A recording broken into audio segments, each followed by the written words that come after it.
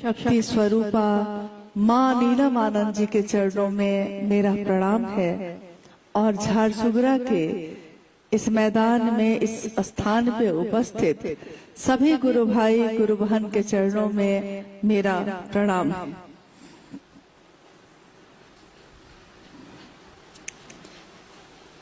हम सभी का परम सौभाग्य है कि अपने गुरु शिव की बात के लिए यहाँ आने का सौभाग्य प्राप्त हुआ, मौका मिला। और पिछले 4-5 दिन उड़ीसा राज्य के लिए थोड़ा भारी गुजरा है मौसम के मामले में, लेकिन देखिए महागुरु महादेव की असीम दया से इस विपरीत परिस्थिति में भी किस तरह महादेव ने व्यवस्था करके अपने काम को तो करवा ही लिया। हम योजना कुछ और बनाते हैं और महादेव की योजना कुछ और होती है।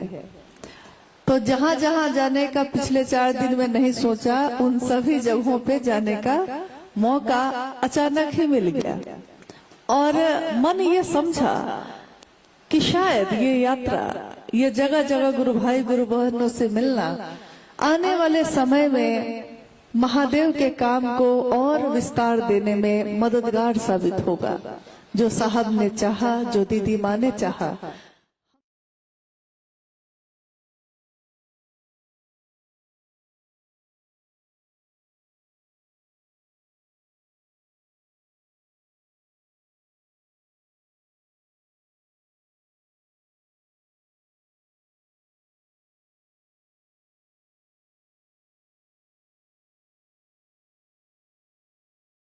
कि दया के आश्रय में अगर सामूहिक प्रार्थना की जाए तो महादेव कितनी दया करते हैं। अभी का समय जहां हम आप बैठे हैं इसका उदाहरण है। उन्हीं की दया से कोई बोल पाता है, कोई सुन पाता है, कोई उनके लिए कुछ कर पाता है। नहीं तो महादेव के लिए हम आप कुछ करें ये सामान्य बात नहीं है। महादेव दुनिया के लिए करते हैं, लेकिन दुनिया के लोग महादेव के लिए कर रहे हैं, ये असाधारण बात है। हमारी बिसात नहीं, हमारी क्षमता नहीं है, हम में योग्यता नहीं है, लेकिन तब भी अपने गुरु शिव के लिए गुरु ने इतना सामर्थ्यवान बनाया है कि आप ही हम ही जो कर रहे हैं उसके द्वारा जितना भर जरूरत है उतना काम हो जा रहा है। इसी झारसुगड़ा में आज से 12-13 वर्ष पूर्व हमारे वरिष्ठ गुरु भ्राता साहब श्री का आगमन हुआ।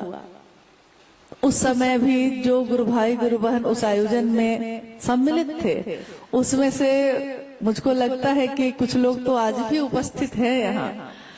और कितना सौभाग्य है कि धरती के लोग जिसको चाहते रहे कि वो काश उनको मिल पाते, काश वो मेरे यहाँ आ पाते, उड़ीसा की धरती ने इस सौभाग्य को बार बार लिया है।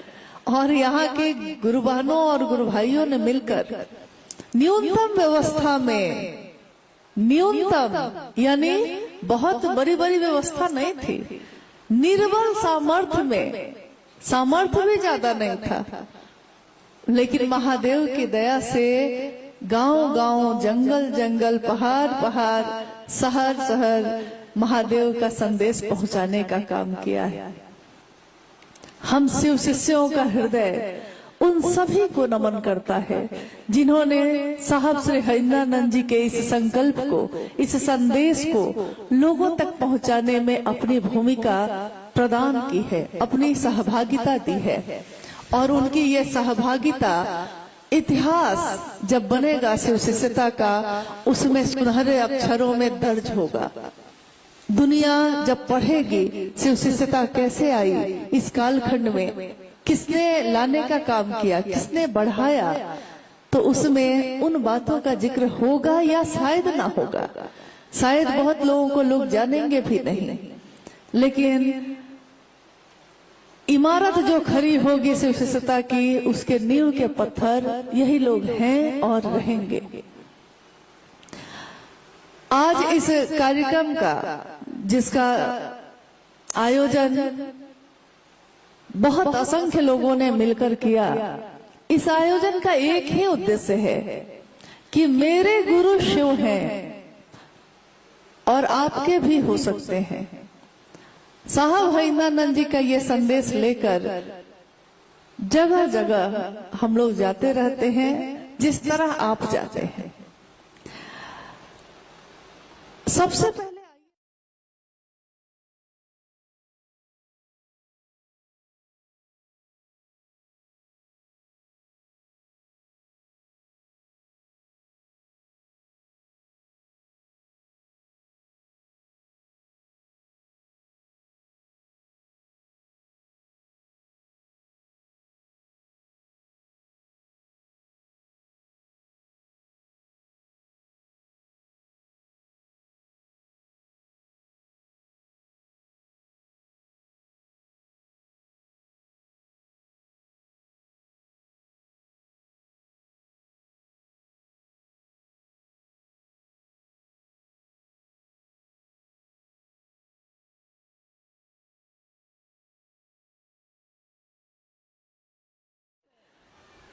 काल से भी जो बड़ी सत्ता है, यानी महाकाल।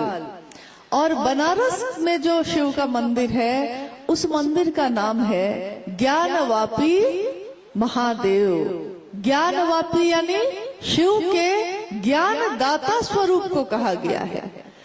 शिव क्या करते हैं?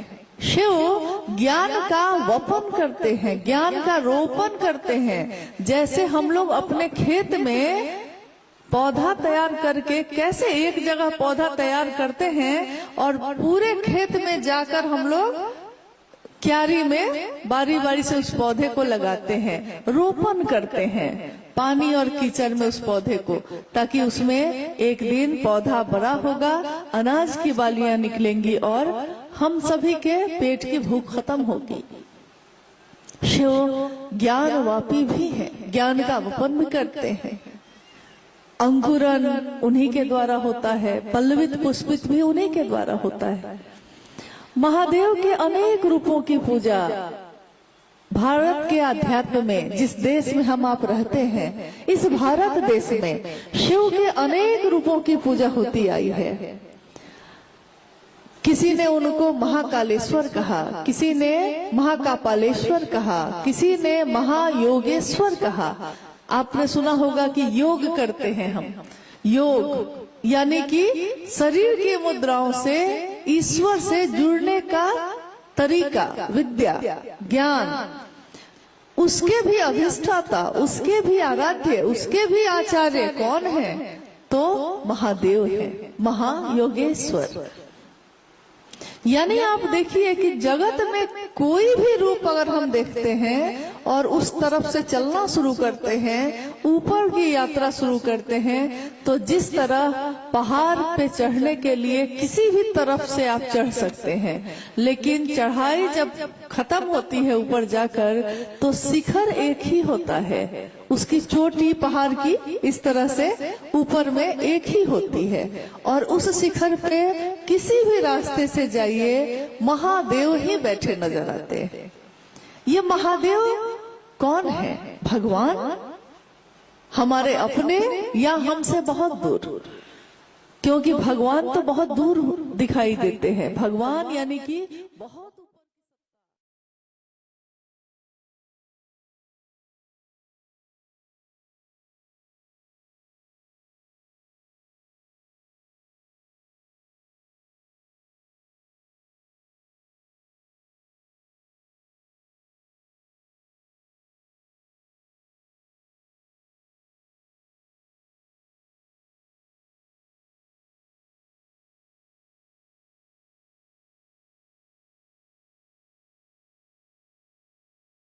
कभी आपने सुना है कि महादेव का दास है कोई?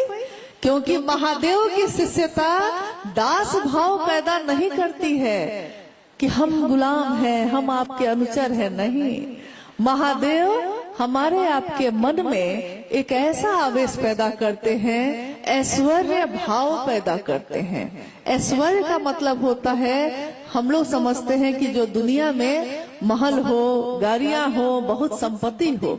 नहीं, महादेव मन में ऐश्वर्य पैदा करते हैं। यानी हो सकता है हमारे जीवन में ये चीजें नहीं हो सकता है मेरी छोटी सी झोपड़ी हो या बहुत न्यूनतम व्यवस्था में हम रहते हो, लेकिन हमारा मन इतना बुलंद होता है और समझ जाता है कि इन चीजों में कुछ भी रखा नहीं है। जिस तरह कहीं की यात्रा पे आप जाइए और एक दिन की यात्रा में कितनी भी सुंदर चीज हो आपके मन को आकर्षित नहीं करती, अपना नहीं लगता, वो लगता है कि लौट के जाएंगे तो वो झोपड़ी ही मेरी अपनी है, सुंदर है बहुत, लेकिन मेरा नहीं है। तो जब मेरा नहीं है तो हम उसकी परवाह नहीं करते, उसको अपना नहीं समझते। साहब हरिनंदन जी ने कहा वो शिव भगवान है, लेकिन वो भगवान भक्त बनकर अगर कोई जाता है तो बहुत कष्ट है, बहुत कठिन है उस मार्ग पे चलना। भक्त बनना आसान नहीं है। भक्त बनने के लिए पहले भाव पैदा करना पड़ता है, फिर प्रेम पैदा करना पड़ता है, फिर प्रेम से भक्ति में जाना पड़ता है, और भक्ति में भी जब ऊपर जाते हैं तब कहीं जाकर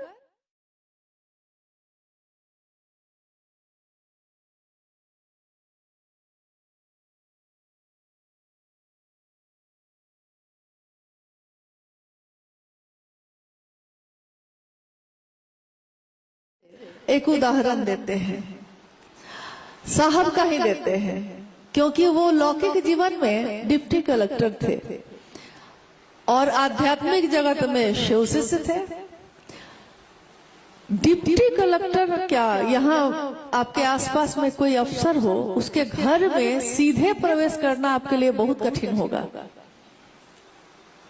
दरवाजे पे ही सिपाही रोक देगा, बिना पूछे बिना अपॉइंटमेंट लिए जाने नहीं देगा, उसमें भी आपका जो पूरा शरीर है उसकी जांच करेगा, सुरक्षित करने के लिए सुरक्षा की जांच करेगा, फिर भी समय मिलेगा कि नहीं कहना कठिन।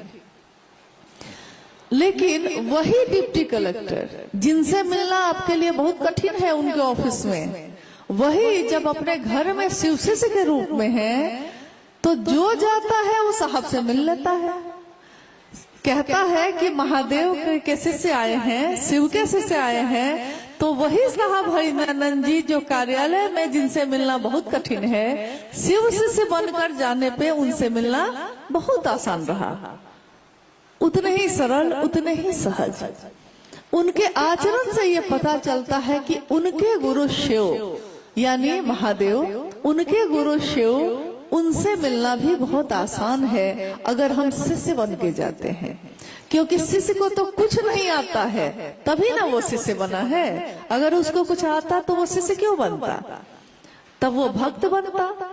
लेकिन हमको कुछ भी आता नहीं है महादेव, न कभी शास्त्र पढ़े हैं, न मंत्रों का जप किया है, न कोई साधना उपासना की है, बस अपने मन का भाव ही समर्पित किया है और कुछ भी नहीं किया है, बस इतना किया है। और देखिए महादेव भाव ही ग्रहण करते हैं, ठीक वैसे ही जैसे हम और आप भी भाव ही ग्रहण करते हैं। हमारा सहज प्रेम करने का स्वभाव है। भाव ग्रहण करते हैं का क्या मतलब है, जैसे आप किसी के घर गए, अब आप उसके घर जो गए हैं वो आपको भोजन भी अच्छा कराया, आपके रहने की व्यवस्था भी कर देता है, सारी चीज है, नौकर चाकर सब है, आ रहे हैं जा रहे हैं, लेकिन तब भी आपका मन खुश नहीं है।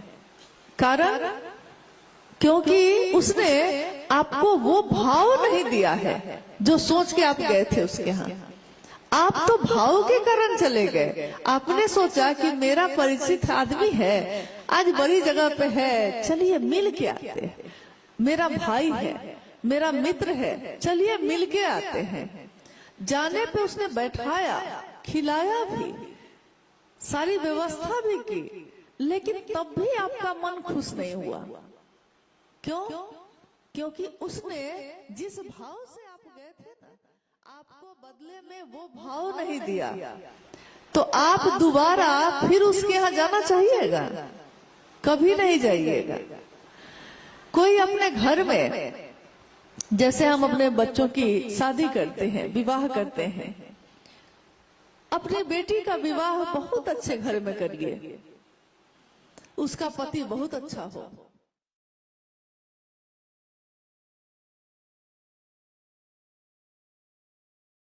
जाते हैं तो आप देखते हैं कि बेटी की आंखों में आंसू है। आप पूछते हैं कि सब कुछ तो है तुम्हारे पास, आंखों में आंसू क्यों है, रो क्यों रही हो बेटी? और वो बेटी कहती है कि पति जो है सब कुछ तो देता है माँ, लेकिन पति का भाव नहीं दे रहा। मैं पत्नी हूं ना, पति का भाव नहीं देता है। क्या वो बेटी आपकी कभी भी खुश हो पाती है? नहीं। तो जीवन में, हमारे जीवन में प्रतिदिन ये चीजें घटती हैं। जब हम देखते हैं कि अगर भाव ना हो तो बाकी सारी चीजें व्यर्थ है, किसी काम की नहीं आती। लेकिन अगर भाव हो तो वही देखिए, वही पति और पत्नी का रिश्ता है, भाव है पति का पत्नी का। और पूरी तरह वो बर्बाद हो गया है, रोड पे आ गया, सड़क पे आ गया है, और पत्नी नमक और रोटी खिला रही है और पति से कह रही है कि तेरा साथ है तो मुझे क्या कमी है, अंधेरों में भी जल रही रोशनी है, मुझे झोपड़ी भी महल लग रही है, तेरा साथ है, यानी पति का भाव। तो देखिए, हर रिश्ते में भाव ना हो तो वो रिश्ता सो जाता है, भाव ना हो तो कोई रिजल्ट नहीं है, कोई परिणाम नहीं है, कोई आनंद नहीं, कोई खुशी नहीं, कोई शांति नहीं। बस इतना ही भर समझिए कि बस यही बात साहब ने कही कि ये महादेव हैं, इनका एक रूप है जगत गुरु का। गुरु भाव है, शिष्य भाव देना है।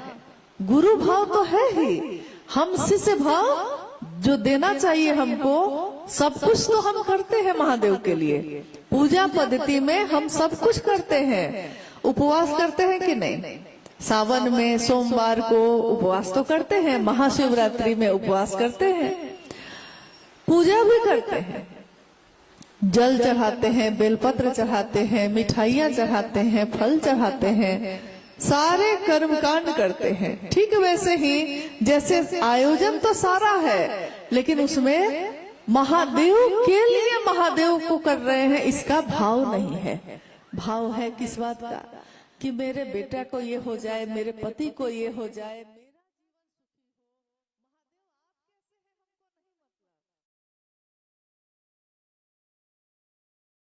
ये तो व्यापार है कि जो हम दे रहे हैं तो तुम भी हमको दो, लेकिन प्रेम में व्यापार नहीं होता है। और महादेव का शिष्य बन के भी अगर हम भाव नहीं देंगे महादेव को, गुरु भाव है, शिष्य भाव नहीं देंगे, तो गुरु अपनी दया तो देंगे, किसको देंगे? शिष्य को देंगे ना। तो शिष्य जब हम बनेंगे ही नहीं तो देंगे किसको दया? और अगर शिव की दया मिल जाए तो कहा गया है कि कीम न सिद्धते भूतले, इस भूतल पे, इस धरती पे क्या ऐसा है जो आप चाहिएगा और महादेव की दया से वो नहीं मिलेगा। छोटी सिद्धियां सिद्ध की जाती हैं, मतलब उसके लिए लोग प्रयास करते हैं, और बड़ी सिद्धियां यानी शिव की शिष्यता सीधे दे दी जाती है। तो एक तो हम लोग के नजर में ये है कि शिव की शिष्यता की बात तो चल रही है, हमारे गुरु शिव हैं ये हम कह तो रहे हैं, लेकिन महादेव के लिए महादेव से दया नहीं मांगते, महादेव की बात कर सके इसके लिए दया नहीं मांगते, महादेव को प्रणाम हो जाए इसके लिए प्रणाम नहीं करते। तो कारण ये हो जाता है, सालों साल बाद भी हम कहते हैं कि महादेव की दया नहीं हुई। दया मतलब हम समझते ही नहीं कि हमको दया का मतलब क्या होता है, क्या मिल जाना चाहिए। शिव की शिष्यता जागरण है व्यक्ति के आध्यात्मिक और मानसिक तल का। आज 27 अक्टूबर है, आज से 3 दिन के बाद दीपावली है ना, 31 अक्टूबर को। अभी आपने सुना भाई सोमेंद्र जी बता रहे थे साहब के बारे में, तो उन्होंने कहा कि 31 अक्टूबर 1948 को साहब श्री का जन्म इस धरती पे हुआ है और उस दिन भी दीपावली मनी थी। क्या सुखद संयोग है कि इस बार की दीपावली भी 31 अक्टूबर को है और दीपावली का दिन है और दिए जलेंगे। साहब ने कहा एक बार, शिव की शिष्यता यानी आध्यात्म पे चलने का रास्ता है ये।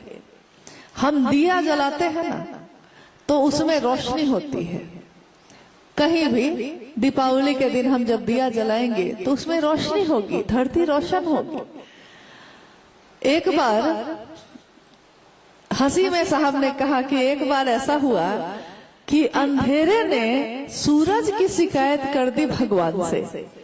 अंधेरे ने भगवान के पास जाके कहा कि ये जो आपका सूरज है ना, सूरज जो उगता है तो रोशनी हो जाती है, ये सूरज मेरा पीछा करता है और मेरा पीछा करता है। इसके कारण जब ये आ जाता है तो मुझको भागना पड़ता है। तो भगवान ने बुलाया सूरज को और पूछा कि क्यों इसका पीछा करते हो। सूरज ने कहा, यानी रोशनी ने कहा कि मुझको तो इससे भेंट ही नहीं है कभी, मैं इसका पीछा क्यों करूंगा। तो संदेश ये है कि जहां रोशनी आती है वहां अंधेरा अपने आप खत्म हो जाता है। दिन की रोशनी है बाहर, धूप खिली हुई है और आप अपने घर के दरवाजे और खिड़की को बंद कर लीजिए, अंदर का पर्दा फैला दीजिए और देखिए कि घर में अंधेरा हो जाता है। यानी अंधेरा तो है ही, रोशनी को लाना पड़ता है। पर्दा हटाइएगा फिर से कमरा रोशन हो जाता है, यानी रोशनी को लाना होता है। गुरु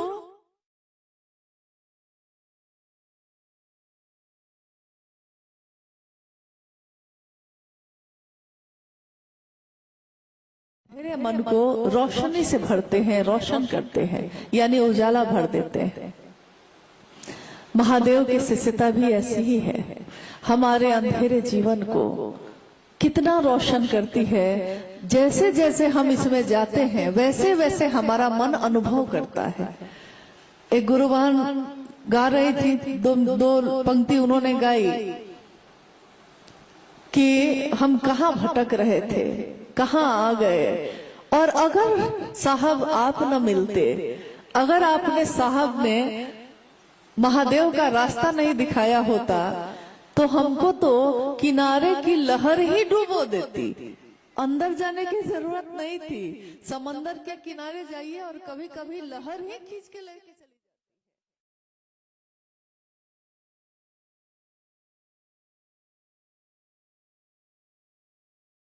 मेरे हो जाए और महादेव की शिष्यता हो जाए।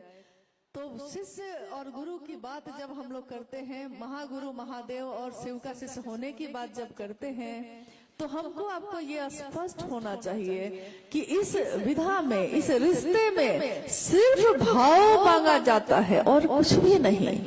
कोई कर्म कांड नहीं होते शिव शिष्यों में, शिव चर्चाओं में कहीं भी कोई कर्म कांड नहीं किया जाता। वहां सिर्फ मन का भाव शामिल किया जाता है और कुछ भी नहीं। तो इसीलिए शिव चर्चाओं में आपने देखा होगा कि हम लोग तस्वीर भी नहीं लगाते। अगर लगाते भी हैं तो शिव की साकार जो प्रतिमा है, साकार चित्र है, अगर कोई लगाता है तो लगाता है, नहीं लगाता तो नहीं लगाता। क्योंकि शिव की चर्चा तो आप सड़क पे भी करते हैं, शिव की चर्चा तो अपने घर में भी करते हैं और शिव की चर्चा तो मंदिर के चबूतरे पे भी करते हैं। तो हम कहाँ कहाँ तस्वीर ले जाएंगे। हर जगह जहाँ लगी है तो ठीक, न लगी है तब भी ठीक। बात करते हैं हम, और बात क्या करते हैं, जितना भर समझ में आता है उतना भर करते हैं, जितना हम कह सकते हैं उतना भर करते हैं। बात बाकी तो महादेव गुरु हैं, धीरे धीरे ज्ञान देने की जिम्मेदारी वही वहन करते हैं, वही लेकर चलते हैं। आइए इस शिव गुरु महोत्सव में अगर कुछ जिज्ञासा आई है तो हम लोग उन जिज्ञासाओं पे भी बात करें, क्योंकि हम लोग जो काम करते हैं कोई भी काम अपने जीवन में करते हैं, बिना उसको समझे अगर करेंगे तो उसका वो परिणाम नहीं आता जो परिणाम आना चाहिए। और देखिए, भाव की बात अभी हम लोग कर रहे थे, परिणाम की बात कर रहे हैं। रोज आपके घर में भोजन बनता है कि नहीं? प्रतिदिन बनता है, सुबह दोपहर रात हम भोजन बनाते हैं कि नहीं? बनाते ही है। किसी किसी दिन भोजन में बहुत स्वाद होता है और आप पूछते हैं जो भोजन बनाया है उससे कि आज क्या बात है, लगता है बहुत भाव से बनाई हो, आज के भोजन में बहुत स्वाद है। तो पता चलता है कि या तो उनका भाई आया है या उनका कोई प्रिय व्यक्ति आया है। तो जब प्रिय, मन को प्रिय लगने वाला आता है तो भोजन तो वही है, लेकिन उस भोजन को बनाने में भाव मन का शामिल हो गया तो देखिए भोजन में भी परिणाम है, पानी में भी परिणाम है, प्रणाम में भी परिणाम है। क्योंकि प्रणाम तो हम लोग हजारों लोग को करते हैं, लेकिन किसी किसी को मन से करते हैं। अमूमन लोगों को शिष्टाचार वश करते हैं। मिल गए हैं तो काका प्रणाम, चाचा जी प्रणाम, भैया प्रणाम, मिल गए हैं तो कर लिए। लेकिन अभी के समय में देखिएगा कि ये संस्कार भी बहुत कम हो गए हैं। जल्दी बच्चों को कहना पड़ता है अब कि अरे बड़े हैं प्रणाम करो, फिर भी बच्चा खड़ा है, फिर कहते हैं अरे करो, तब वो जाके कहीं करता है। उसमें भी चरण स्पर्श नहीं करता, ऊपर ऊपर से ही प्रणाम करके काम चला लेता है।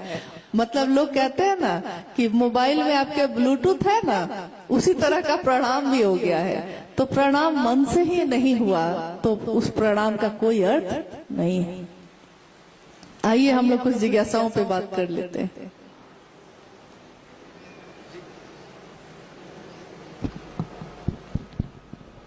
जिज्ञासा है